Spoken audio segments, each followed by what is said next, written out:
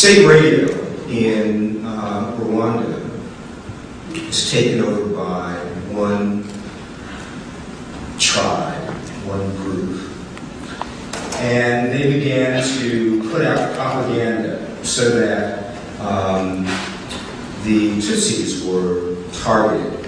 And what resulted from the fact that state radio was able to do that was essentially mass genocide in Rwanda. But the state, or this particular tribe, which controlled the radio, very purposely moved to make sure that they could do things. Media and social change.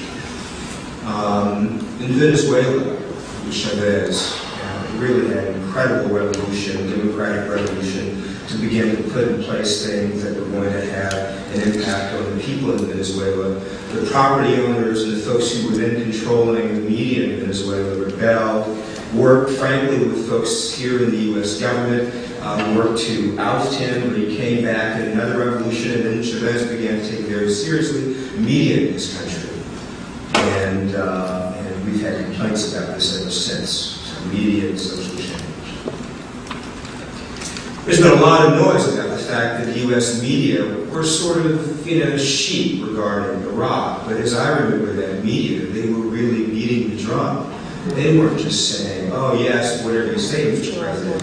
They were saying, listen, we've got to do something, and it's time to go to war. They were not merely sheep. They were not merely sheep. I'd like to pick a bone very briefly with Larry Lessig. I don't know if you've heard of Larry Lessig. Did anybody hear Larry Lessig? So Barack Obama struggled to get in Congress. Hillary Clinton struggled to get in Congress. John Edwards wanted to be in Congress. John Conyers, a really valiant congressional leader in Congress. A number of folks in Congress working very hard. I don't think that the number one problem is dependency on Congress. I think the number one problem is media. I think the number one problem in our country is that we cannot have an intelligent dialogue. One of the things that Lessig brought out, but he sort of moved beyond, was the fact that even though the majority of scientists, the vast majority of scientists, when you look at peer-reviewed articles, understand that there really was no debate about global warming and the fact that human beings were by and large the cause of it. But when you look at the media coverage, there was the debate. The problem wasn't Congress, the problem was the media coverage. We cannot have an intelligent, sustained conversation in this country. As much as I love Barack and John McCain, and we will not have an intelligent, sustained media conversation about this election and what is at stake.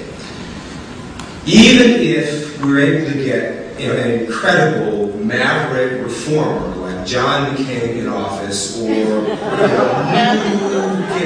visionary like Barack Obama in office, our structural problems will remain.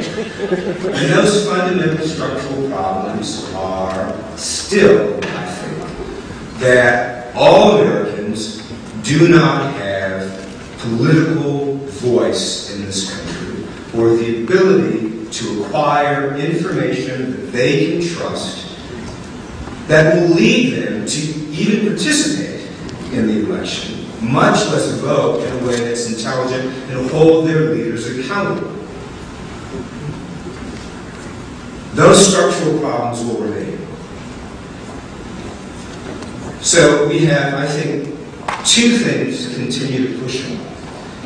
And it's not even so much about the FCC. It really is making sure that we in local communities sort of understand the relationship between media and democracy. You do not have democracy without the ability to communicate.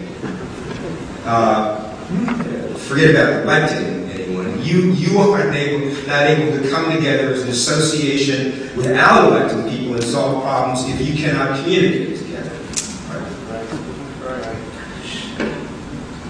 If we had more people who know about Big Brown and what's going to happen whether he wins whatever the next race is, right?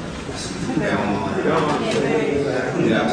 We have more people who know about that and know what's about the Celtics and the Lakers and a wide variety of things, and have any clue about what Barack Obama's policies are or what it is that McCain has been doing in office over the past 100 years.